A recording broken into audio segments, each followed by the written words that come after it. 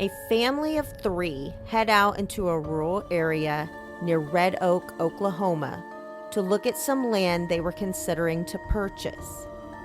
It's a cool, crisp fall day, and the leaves are in full transition to the orange, red, and yellow hues that represent autumn.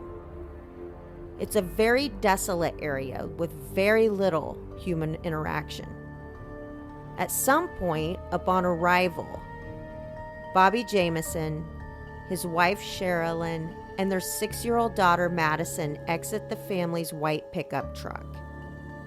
From there, the events that follow remain unclear. However, the tragic end to 3 lives forever lost, and the mystery that has surrounded this family's bizarre disappearance for more than a decade raise more questions than answers. And just when you think things can't get any stranger, it does. This is the case into the disappearance of the Jamison family. And this is Gone in a Blink.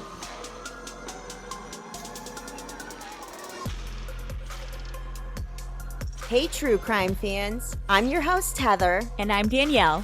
Welcome to episode 38 of Gone in a Blink. We are almost 40 episodes into Gone in a Blink. And with that, I want to say thank you to all of our dedicated listeners and for spreading the word about our show to others. When we started this podcast back in late 2023, I'll be quite honest, we weren't really sure what we were doing or how to go about doing it. We knew that we wanted to do something relating to missing persons and true crime, and more importantly, we wanted to help people get their stories out there. All too often, when people go missing, the cases that are not covered by mainstream media get overlooked. Some cases never receive any kind of attention whatsoever. We are trying to help bring those cases to light. While we do mix up our cases and try to throw a variety of them into our show, it's important that we continue to help be the voice for the many people whose stories have been left untold. So today's case is one out of Eufaula, Oklahoma. Today we are talking about the strange and mysterious death of the Jamison family. So if you're ready, let's jump right in. Bobby Jamison met Sherilyn in 2002, and he pretty much knew right away that he wanted to spend the rest of his life with Sherilyn. A short while later, Sherilyn learned that she was pregnant, and by August 2003, she gave birth to the couple's baby girl, who they named Madyson Stormy Star. A year later, Bobby and Sherilyn got married, and the family decided to call Eufaula their home. And for geographical purposes, Eufaula is approximately 123 miles or 198 kilometers east of Oklahoma City, Oklahoma. And it's a pretty small town with a population of fewer than 3,000 people. Not long after the couple settled into their home with Madyson, Bobby was involved in a terrible car accident that left him with chronic back pain and the inability to walk or stand for extended periods of time. Because of this, he was unable to find a job. Sherilyn was battling mental health issues, including severe bipolar disorder. This kept her from being able to hold down a regular job. Her mental health became even worse in 2007 when her little sister Maria was stung on the tongue by a bee. And as a result, Maria went into anaphylactic shock and soon died. Due to the couple's instability and health issues, they were forced to rely on the aid of public assistance. Sherilyn also had a son from a previous relationship named Colton. Colton lived with his mom and Bobby until he turned 12 years old. Then in July of 2009, he decided that he wanted to live with his bio dad, so he packed up and moved to Oklahoma City. This move destroyed Sherilyn. Even though Colton wasn't really that far away and she was still able to talk with her son on a frequent basis, she had a really, really hard time dealing with him being away, and this caused her mental health to further suffer. It was around this time also that the Jamisons made the decision to pull 6-year-old Madyson out of public school and instead homeschool her. Around this time, the family had been looking to purchase a 40-acre plot of land approximately 30 miles or 48 kilometers from Eufaula near Red Oak. This is a very isolated area, which actually worked for them because they didn't really like socializing with a lot of other people anyway and kind of just wanted to be off the grid. But they weren't planning to build a house or anything on this 40-acre plot. Instead, they were going to live in a storage container that they already owned on their property in Eufaula. And to be quite honest, I thought this was rather bizarre considering there is not a lot of room in a storage container for one person, let alone a family of 3. And I will post a pic of the actual storage container on our Facebook page, but it is basically a long, narrow container, almost like a shipping container, really. I think that's what it technically is. They were going to live in it. So on October 8th, 2009, the family hopped into their white pickup and traveled approximately 30 miles out to Red Oak. It was reported that they were planning to meet up with the individual that was going to sell them the plot of land. However, that has never actually been confirmed. So, in the truck with them was their dog, Maisie. They reached the area where the plot of land was located, which was deep in the Sandboi Mountains. And a man living in the mountains actually confirmed that he did, in fact, see the family out there. However, this would be the last time that anyone would see the family alive.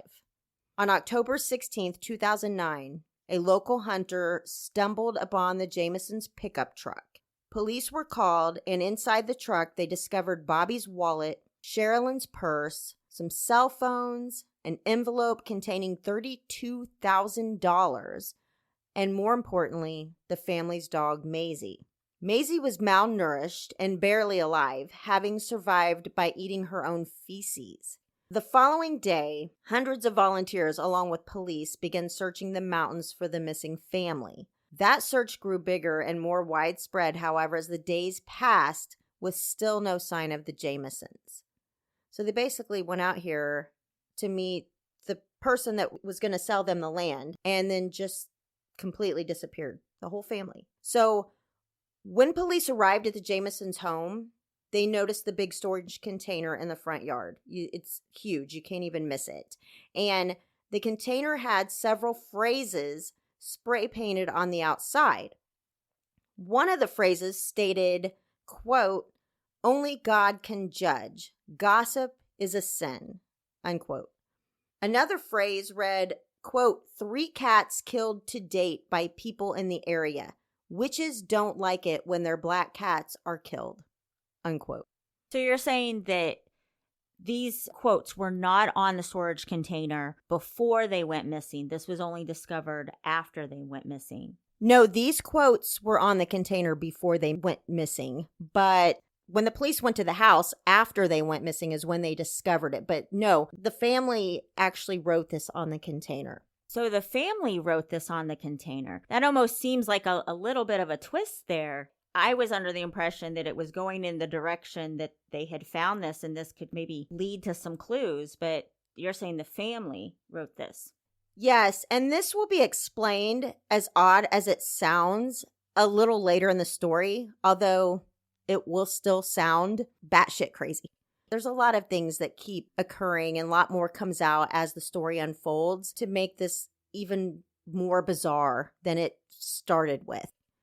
On November 16th, 2013, so 4 years after the Jamisons disappeared, some hunters were out in the area when they stumbled on the skeletal remains of what appeared to be 2 adults and 1 child.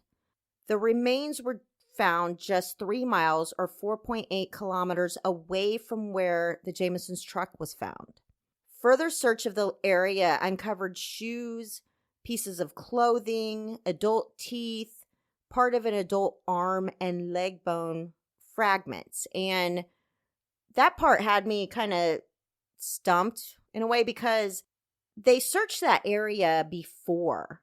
They searched that area as soon as they were notified that the Jamison family were missing. So I'm not quite sure how 4 years later they come upon all of this. Now, authorities are saying that they might have missed it because there were fallen leaves that could have covered up the remains. And while I understand that, if the bodies were so decomposed and you hit that point, because 4 years later, you're going to hit that point where they are very well decomposed by then. But when they did the initial search, they would not have been that decomposed. So they would actually still pretty much being intact for the most part, I would think. But I don't know. Leaves are not going to cover up an entire body. They will cover up possibly bone fragments and things like that. I mean, what do you think about that? Yeah, that sounds pretty odd. I would have thought exactly how you feel, that when they first looked at that, they would have been able to find something, and leaves aren't going to cover it solely. I guess where my mind was going as well, if they discovered all this 4 years later, but they didn't discover it with their initial search, could there be a fourth person involved? There could very well be a fourth person involved, and that's what's so strange. There's a lot of theories that we'll go over in a bit about who that fourth person may or may not have been.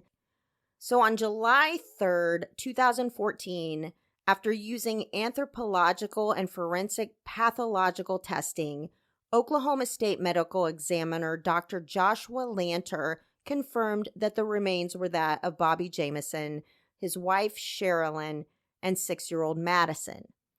He stated in his report that the cause and manner of death were unknown due to the amount of decomposition and the fact that the skeletal remains were incomplete.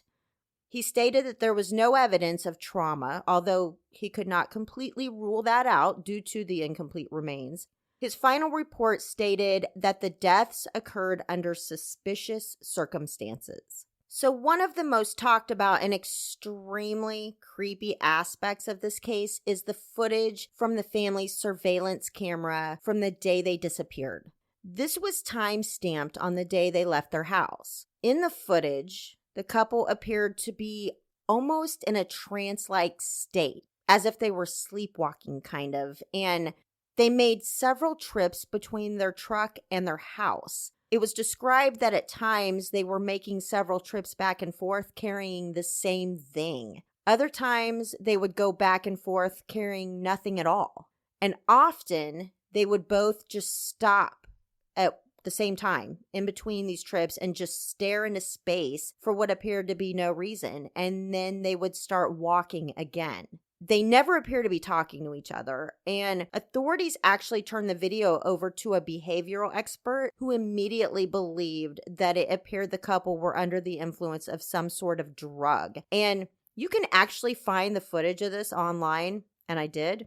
However, the video pauses at each frame. So it's just a video that goes frame by frame by frame. So you're not really seeing the full effect of what investigators describe. So I'm thinking that the actual footage is more continuous, because what you're going to find online, or what I found, maybe someone else will find something else that is more in tune with what investigators describe. But what I found, you cannot tell that they're stopping to stare off into space, and you cannot tell really that they're walking in a trance-like state, because it just is playing frame by frame, if that makes sense. The video also shows Sherilyn place a brown briefcase into the vehicle. Former Latimer County Sheriff Israel Beauchamp believes that this briefcase could hold a major clue in this case. However, strangely enough, it was not in the truck with everything else that had been recovered, and in fact, to this day, it still has never been recovered. Officers observed the fact that the Jamisons' truck showed no evidence of any kind of struggle. Latimer County Sheriff Beauchamp later stated, quote, "I think they were forced to stop and got out of the truck to meet with someone they recognize, and I think they either left of their own free will or by force." Unquote. One other important item missing from the truck besides the brown briefcase was a .22 caliber handgun registered to Sherilyn. This also has never been recovered. So I thought that was kind of strange too, that the video shows her putting a brown briefcase into the truck, yet that was not found, nor was the gun. So whatever happened to them must have involved someone getting into the vehicle and taking the briefcase, or they went and dropped it off somewhere. I don't know. That's a huge mystery. Yeah, that seems kind of odd. I think also the brown briefcase would be for important things, obviously, but yet the $32,000 wasn't in there. It was still in the truck. Yeah, that's strange too. So that makes me think they may have dropped off the briefcase somewhere or to someone. So much like any case like this, there are many theories into what might have happened to the Jamison family. And with each theory, the case just keeps getting stranger and stranger. So the first theory we'll dive into is the thought that maybe the family got lost in the woods and died of hypothermia. I feel like this theory could be shot down pretty quickly, though, simply for the fact that it was reported that temperatures for that area during that time only got down into the 40s for a low. So it wasn't like crazy cold. And then there is still the fact that the bodies were found just a mere 2.7 miles or 4.35 kilometers from the truck. I mean, I guess they could have gotten lost and not realized they were that close to the truck. That's possible. But I really don't think that is one of the more likely scenarios. No, it's not sounding like it. I kind of feel like if they intentionally went into the woods as well, that they would have brought their dog with them too. I would have also thought that they would have brought the dog. And that makes me lean more to the fact that maybe, or the thought that maybe they were forced to get out of the truck, or they had only planned on getting out of the truck for just a minute or two, because the child is with them, but the dog is not. So I don't know. I mean, if someone was forcing them to get out of the truck, I don't feel like they would have been like, take the dog too. The next theory is that it was a murder-suicide. And this was actually my first thought about this case. During the investigation, police found an 11-page letter inside the truck that appeared to be a hate letter written by Sherilyn to her husband, Bobby. In the letter, she talks about how she hates being married to him, that he acts like a hermit, and that she was considering divorce. I'm not so sure anymore that this was in fact a murder-suicide. I did at first, but there's no mention of a gun that was ever found near the bodies, and that's a big deal. And Sherilyn's handgun is still missing. So, I mean, common sense kind of tells you, unless somebody came along and found the gun and took it, that's a possibility though, I guess. So, I don't know. I don't know that I feel that one happened either. I mean, what do you think about that? Yeah, that's a tough one. I mean, it is a possibility, but yeah, I really feel like that they would have recovered the gun in the midst of their search. Another theory into the Jamisons' disappearance is that Bobby's father, Bob Dean Jamison, had something to do with the family's deaths. Right before the family disappeared, Bobby was involved in a lawsuit with his father, claiming that Bob had made threats towards Bobby and that he had struck him with his car in November 2008. Bobby also made claims against his father that he was involved in meth, prostitutes, gangs, and other criminal activity. Bobby had also filed a protective order against his dad, stating that Bob was a very dangerous man and that the family was afraid for their lives. This protective order was eventually dismissed on May 18th, 2009, less than 3 months before the Jamisons went missing. Bobby and his father, Bob, shared a pretty estranged relationship, to say the least, and this carried on until the time that the Jamison family disappeared. Bob Dean had owned a gas station apparently at one time where he and Bobby worked together, and half of the gas station's earnings were to go to Bobby. However, Bobby stated that Bob never paid him for his work. I'm not even sure how people still consider this a theory, though, because it had been reported that Bob Jamison died approximately 2 months before the Jamisons disappeared. So unless he had orchestrated some sort of plan before that to have the family killed, I don't think this theory has a leg to stand on. And he was never considered a suspect in this case anyway. That could be because he was already dead. Then there's the theory that the Jamisons were murdered by a cult. So Sherilyn's mother, Connie, firmly believes that the family were murdered by a religious cult. And Connie stated in an article in BuzzFeed that her daughter, Sherilyn, was on a hit list that belonged to a specific cult.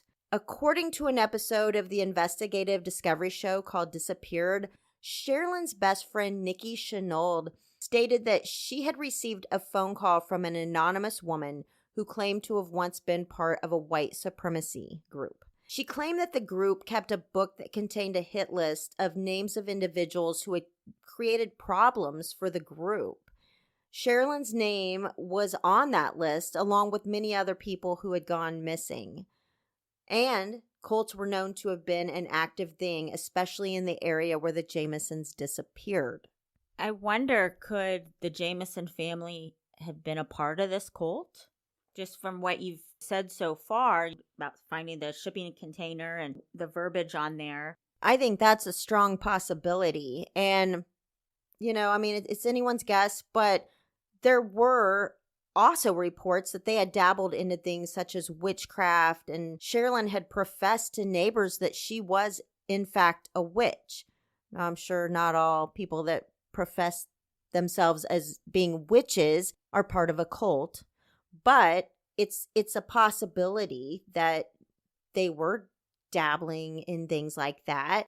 And this would explain the graffiti she spray painted on the outside of the storage container about witches not liking when their black cats go missing. According to Sherilyn's friend Nikki, Sherilyn believed that her neighbors were trying to poison her cats. Sherilyn spray painted the message on the container in her yard as a way to scare the neighbors into thinking that she was a witch. After that, the neighbors pretty much stayed away from the Jamisons.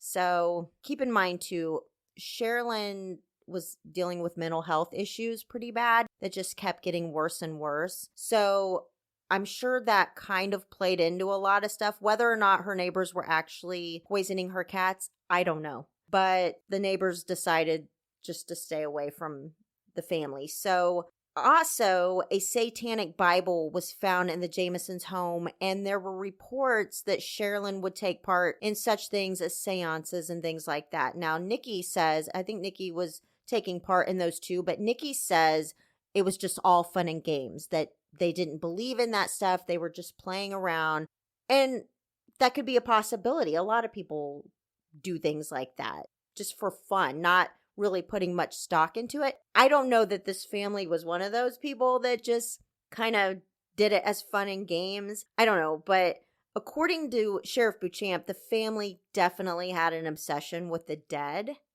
And at one point, the family believed that their house was haunted with evil spirits. Bobby went to their church pastor, Gary Brandon, and asked him about special bullets that could be used to shoot evil spirits. The evil spirits were supposedly that of two children that lived there prior, named Emily and Michael, who had befriended their daughter, Madyson. Madyson would have conversations with the spirits. According to Nikki, when Bobby couldn't get any help from Pastor Gary, Bobby obtained the Satanic Bible in an effort to perform an exorcism on the spirits himself.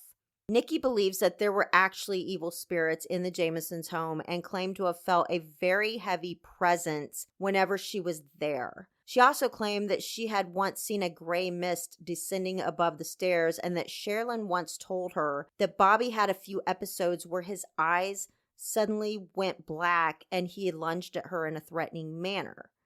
So make of this what you will. There was also an incident worth mentioning regarding a man by the name of Kenneth Bellows. Apparently, Bellows was an acquaintance of the couple who had recently moved into the Jamison house to help the family with some handiwork around the house. Now, that is the first big no-no, in my opinion, in true crime.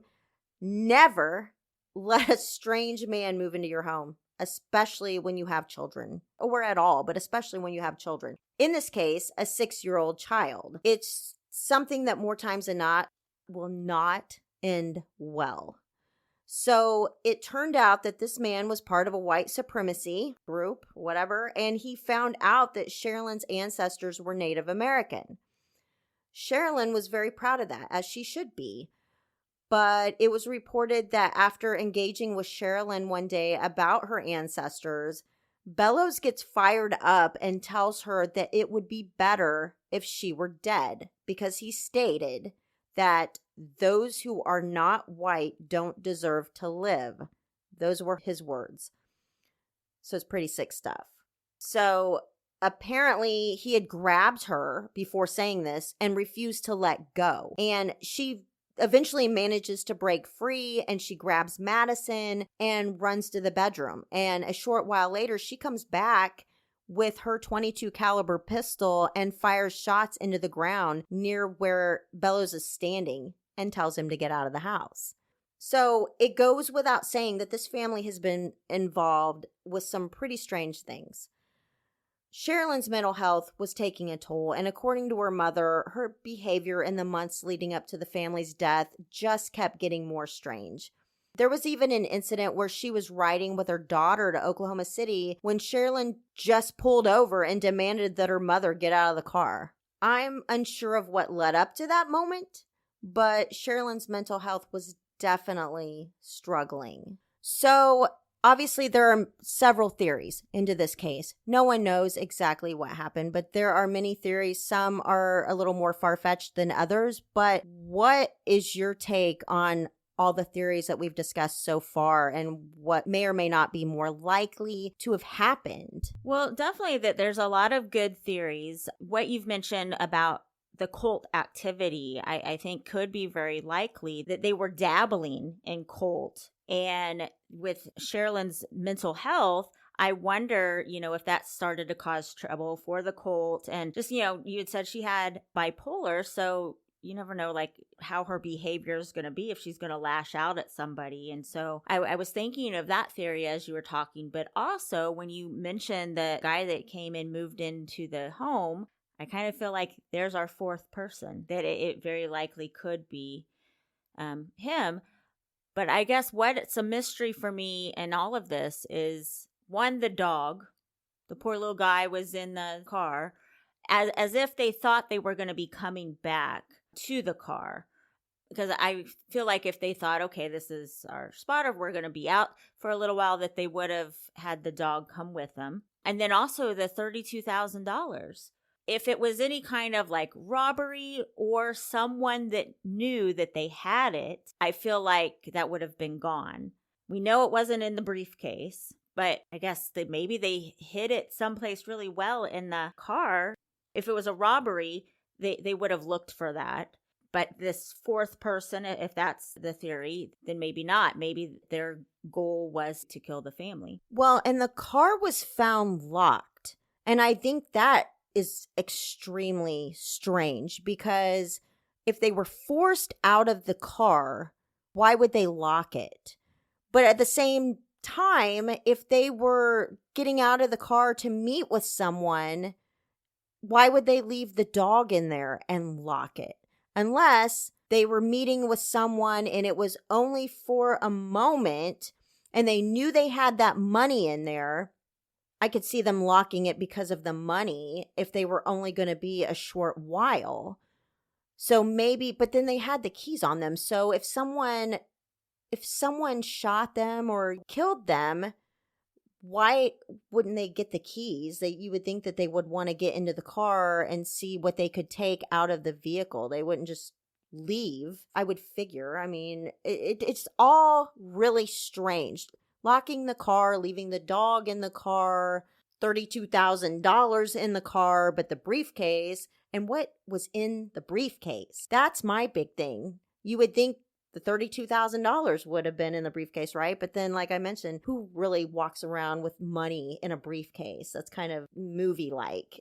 But I don't know. Nothing makes sense in this entire case. There's no logic anywhere. It almost reminds me of kind of like a Facebook market transaction, to where you're meeting someone to exchange, and it sounds like the whole family got out except for the dog. They locked the car, talking with the person first, and then was going to go back in to exchange the $32,000. And so maybe a ploy to get them out there. I mean, There's so many possibilities of who the kind of the fourth person could be, or of what happened. I just kind of thought, okay, with the cult situation, to kind of lure them out there and in a secluded area, they thought they were getting something and brought the $32,000, but really it was because they wanted to kill him. Like I was saying, like, unless the goal is to rob them. In this case, if that's, the scenario, because there's so many scenarios, it sounds like that it was to kill them. It definitely does sound like that. It does sound like that. But the $32,000 was still in there. So they, as far as we know, they got away with nothing except murder. And that's why I'm leaning towards the cult theory, because that's what a cult or a satanic cult in this situation would be after. They wouldn't be concerned necessarily about the money. They're concerned with a killing. Well, and that was definitely the direction that Sherilyn's mother is going with this. And I mean, Sherilyn's on a hit list. They have a hit list, and several people have gone missing, apparently, reportedly, from this hit list. So who knows if it was just Sherilyn that was on the hit list and Bobby and Madyson were collateral damage because they were there, which makes sense too, right? I don't know, but there are still so many questions of how an entire family goes missing, and the only survivor is the family dog. Investigators continue to search for clues into their bizarre disappearance in the hopes of one day bringing closure to the family that remain. As for their dog, Macy, she is doing well and has since been adopted by Sherilyn's mother, Connie. If you have any information into the deaths of Bobby, Sherilyn, or Madyson Jamison, please contact the Latimer County Sheriff's Office at area code 918-465-2161. Thank you for listening to another episode of Gone in a Blink. If you like our show, please consider giving us a 5-star review on Apple Podcast or on Spotify.